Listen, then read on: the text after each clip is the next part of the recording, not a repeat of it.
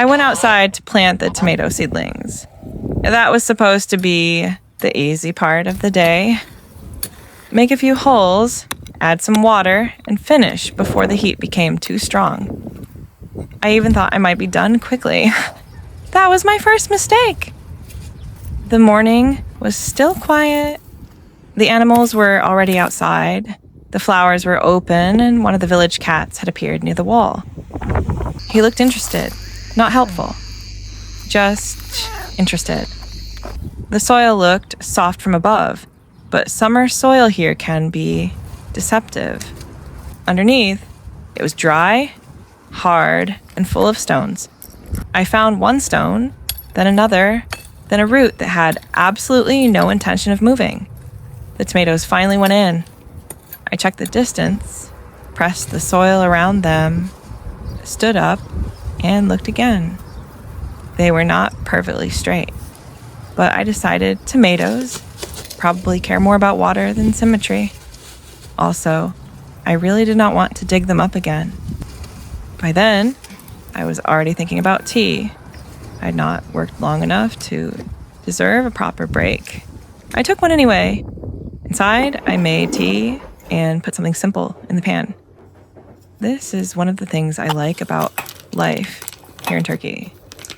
You go outside to do one small job, come back covered in dust, make tea, and suddenly the whole morning changes direction. Tea here is rarely just a drink. It's a proper pause. And once you sit down, 5 minutes becomes 10, then 15. The kitchen was cooler than the garden. The food was warm, and leaving everything else until tomorrow suddenly sounded completely reasonable. The plants outside had survived this long without me. Surely they could wait one more day. Then I remembered the rest of the garden. Unfortunately, it was still there. So I packed the food away, finished my tea, and went back outside. That was when the longer job began. Beside the old stone wall, there was a narrow strip of dry ground that had looked unfinished for a long time. I wanted to plant a row of small white flowers there. Nothing complicated, just one neat line. The kind of job that looks very easy after somebody else has already finished it. The first few holes were not too bad. Then the ground changed. Everywhere I dug, I found something. A thick root, a large stone, a smaller stone underneath the large one. And sometimes, if I was lucky, actual soil. Still, the first plants went in, then a few more. After a while, the work found its own rhythm. Dig, remove the stones, place the plant, cover the roots, press the soil, stand up, look at it, change your mind, repeat. I wanted the row to look tidy, but not too perfect. Natural, but not messy. That sounded reasonable until I found myself kneeling in the dirt, moving one tiny plant by a few centimeters because it somehow looked wrong. Then I made the mistake of stepping back. From close up, everything had looked fine. From a distance, not so much. One plant seemed too close to the wall. Another was too far forward. And the middle section looked as if it had completely ignored the plan. So I moved a few plants, then I moved one of them back. At that point, I was no longer sure whether I was improving anything or simply creating more work for myself. The cat had no opinion, or perhaps he had many opinions and was being polite. The flowers look very small now, so it is tempting to place them close together. But I know how that usually ends. For a few weeks, everything looks empty. Then suddenly, every plant wants the same patch of soil. So I tried to leave enough space. I say tried because I still changed the distance several times. The heat was stronger now. Summer in our part of Turkey works quickly.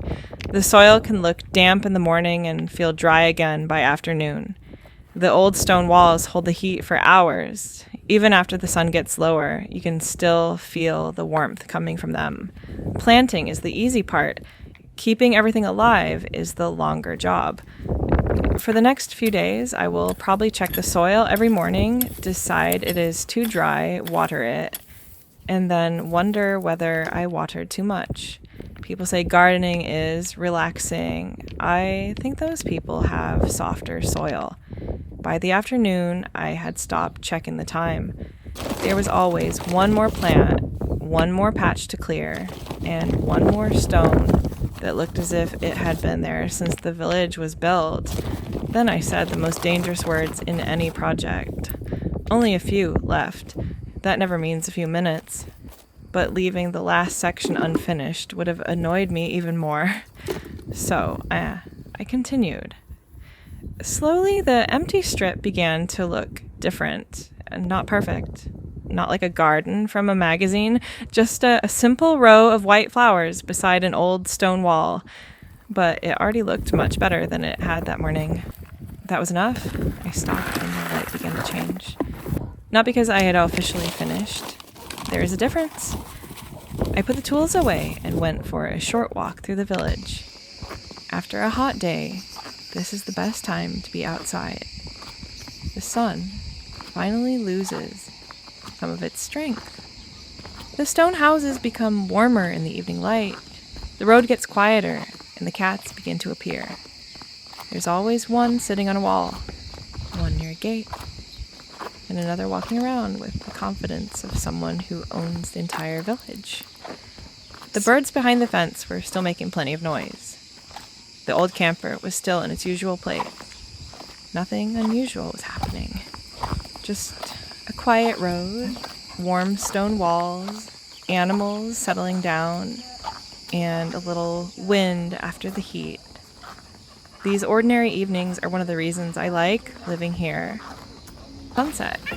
Tomorrow, I will probably notice an uneven gap or one plant that suddenly seems to be in the wrong place. But tonight, I am leaving everything alone. Probably. The tomatoes are planted, the tea was worth the break, and the flower bed is finished enough for one day.